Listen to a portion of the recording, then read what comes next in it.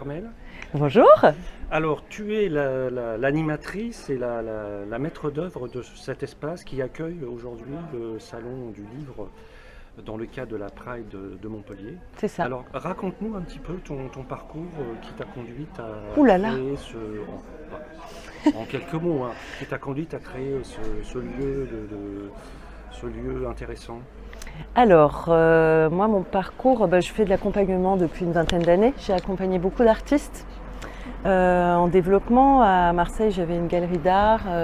Et puis, à force d'accompagner des artistes, en fait, il y avait quelque chose qui se confondait entre la partie personnelle et la partie professionnelle. C'était plus du coaching, quoi. Ouais, D'accord. voilà. Et puis du coup, je me suis un peu orientée vers des techniques de développement personnel pour continuer d'accompagner.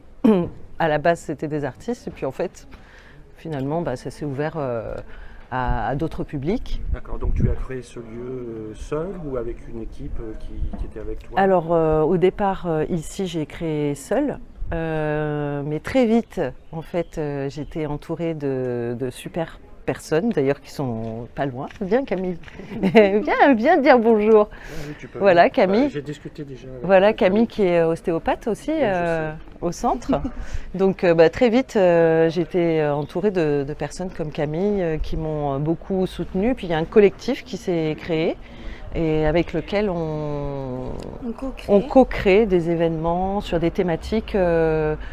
On a fait sur les parentalités singulières, ouais. La Pride, on a fait un marché de créateurs, et puis sur la saison prochaine, on a plein d'envies, plein d'idées aussi. Alors, j'ai vu qu'il y avait des différents pôles de propositions sur le développement personnel, sur le massage, je ne sais pas si massage ayurvédique ou...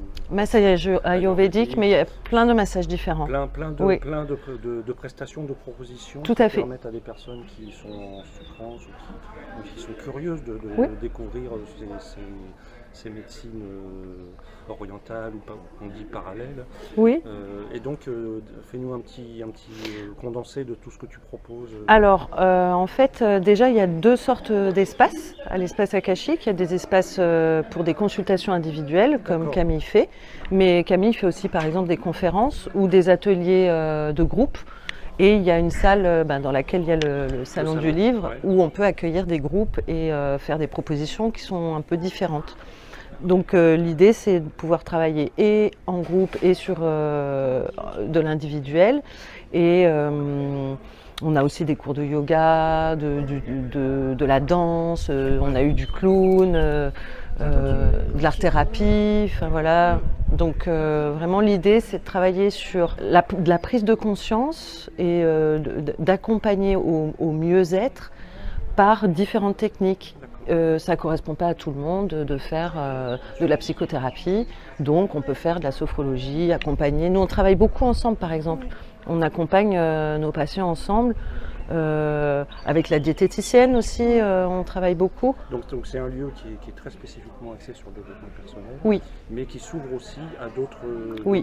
créations, d'autres activités culturelles. Comme j'ai dit tout à l'heure, il y allait y avoir une projection de film. Tout à fait. Donc c'est un lieu qui s'ouvre et qui se diversifie vers oui. d'autres horizons c'est créatifs et artistiques. Oui, parce que pour nous, le bien-être, ça passe pas que par de la thérapie, ça passe aussi par l'art, par l'écriture. L'art est catharsique. Ouais. Une catharsis. Tout à fait. Et ça tout à fait. aux personnes, je suis bien placé pour savoir, oui. de s'exprimer, de dépasser des blocages, des souffrances. Exactement. Oui, c'est un moyen d'expression, et donc on peut s'exprimer par le chant, par la danse, donc c'est vrai que moi, comme je viens du milieu de la culture et de l'art, toi aussi d'ailleurs, comme je viens du milieu de la culture et de l'art comme Camille, en fait, l'idée c'est vraiment d'associer, d'arrêter de mettre des choses dans des cases et de rassembler tout ce qui peut faire du bien et d'être dans cette ouverture sur un public qui est parfois pas forcément... Oui, voilà, c'est ça. Ouais. jusqu'aux nues. Alors quel projet vous avez dans le prochain avenir Est-ce que sur la Gay Pride, il y a encore des choses qui vont se passer dans ce lieu ou est-ce que... Non, sur la Men's Pride, on n'a rien prévu de particulier là. Jusqu'à- Et ensuite, en tout vous cas, avez- jusqu'à ce soir, on a. Oui, jusqu'à ce soir. Je parlais dans la période qui est. Est-ce que vous avez d'autres projets en Après, gestation par rapport à la communauté LGBT+, nous, l'idée, c'est vraiment de pouvoir accueillir ces publics-là et de nous-mêmes travailler sur, nous former à ça, nous sensibiliser à ça, nous les thérapeutes. Donc on est en partenariat avec l'association Sésame, qui est l'association de prévention à la santé mentale et santé sexuelle, qui va sensibiliser tous les thérapeutes et les intervenants du centre pour accueillir ces publics-là qu'on ne connaît pas forcément très bien. Je vois Camille proposait hier comment accompagner la transition par l'ostéopathie. Je peux en parler un peu si tu veux. Alors on en a discuté un petit peu Ouais. tout à l'heure avec Camille. Je trouve que, bon, moi j'ai commencé la transition il y a 10 ans, enfin elle est finie, mais je l'ai faite il y a 10 ans. Et je trouve qu'il y a une ouverture Oui. sur des nouvelles Oui. façons d'aborder la transidentité et le mal-être qui sont liés à la transidentité, qui est très intéressante et qui, moi, à mon époque, ça date pas de si vieux, mais c'était pas quand même pas si développé que Mais ça. c'est ça. Et aujourd'hui, je trouve que c'est vraiment une chance d'avoir ce lieu qui Oui. permet justement. C'est ça, c'est qu'on a personnes- vraiment envie d'offrir ces espaces-là. Donc toi, Camille, tu es ostéopathe Oui, sur Montpellier sur Montpellier. et tu t'adresses à tout le monde, enfin Oui. à tout le monde, et en surplus ou en plus de cette activité d'ostéopathie, tu t'adresses aussi aux personnes trans. Oui, en fait, mon intention première, c'est pas de stigmatiser Oui, un bien sûr, certain bien sûr. Oui, oui, public. bien sûr. C'est juste de pouvoir dire, dans cet espace-là, dans ce lieu ressource-là, vous pouvez venir avec ce que vous êtes, là où vous en êtes, peu importe votre chemin de vie Peu et importe votre votre identité. histoire, votre- Exactement. On a les capacités, les connaissances, le professionnalisme pour vous accueillir et pour vous soutenir là-dedans, justement. Alors tu peux nous dire quelle est la spécificité du travail avec les personnes trans qui viennent te voir, entre autres. Parce qu'il y en a d'autres. Oui, bien sûr. C'est plutôt un travail psycho-émotionnel, dans tous les cas, où comment toutes les informations de l'esprit et toutes les charges émotionnelles et mentales qu'une personne peut traverser au cours de sa transition, justement, dans tout ce qu'on peut rencontrer de périodes de dysphorie de genre, dans la période également où la personne va subir différentes opérations.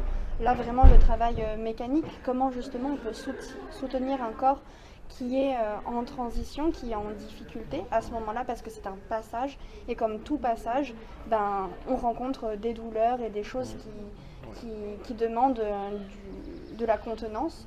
Et c'est comment, par les techniques d'ostéopathie que je suis en train de mettre en place, parce qu'en France, il y a très peu, malheureusement, de protocoles qui ont été créés.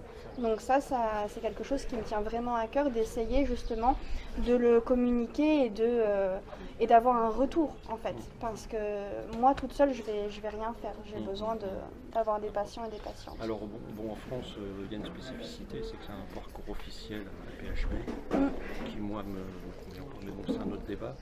Et donc toi, tu te situes vraiment dans un parcours qu'on appelle parcours off. C'est-à-dire Ouais. que tu n'es pas du tout inscrit Non. dans le protocole des hôpitaux de France. Non. Toi, tu t'inscris dans une offre qui permet à des personnes de pouvoir trouver des ressources et des aides en dehors Complémentaires, de l'hôpital justement. public. Bref. On va pas faire un débat là-dessus. Mais donc c'est très intéressant parce que moi qui ai suivi un parcours justement en marge du parcours officiel français, j'ai pas eu la chance de rencontrer des personnes comme toi. Je trouve que pour Montpellier, c'est vraiment une chance. Et pour moi aussi. Et pour toi aussi. Bah, merci beaucoup à vous deux. Avec plaisir, merci Et à puis on toi. va continuer à vivre ce salon avec plein d'enthousiasme. Et merci pour ce lieu qui est vraiment génial. Eh ben, bienvenue.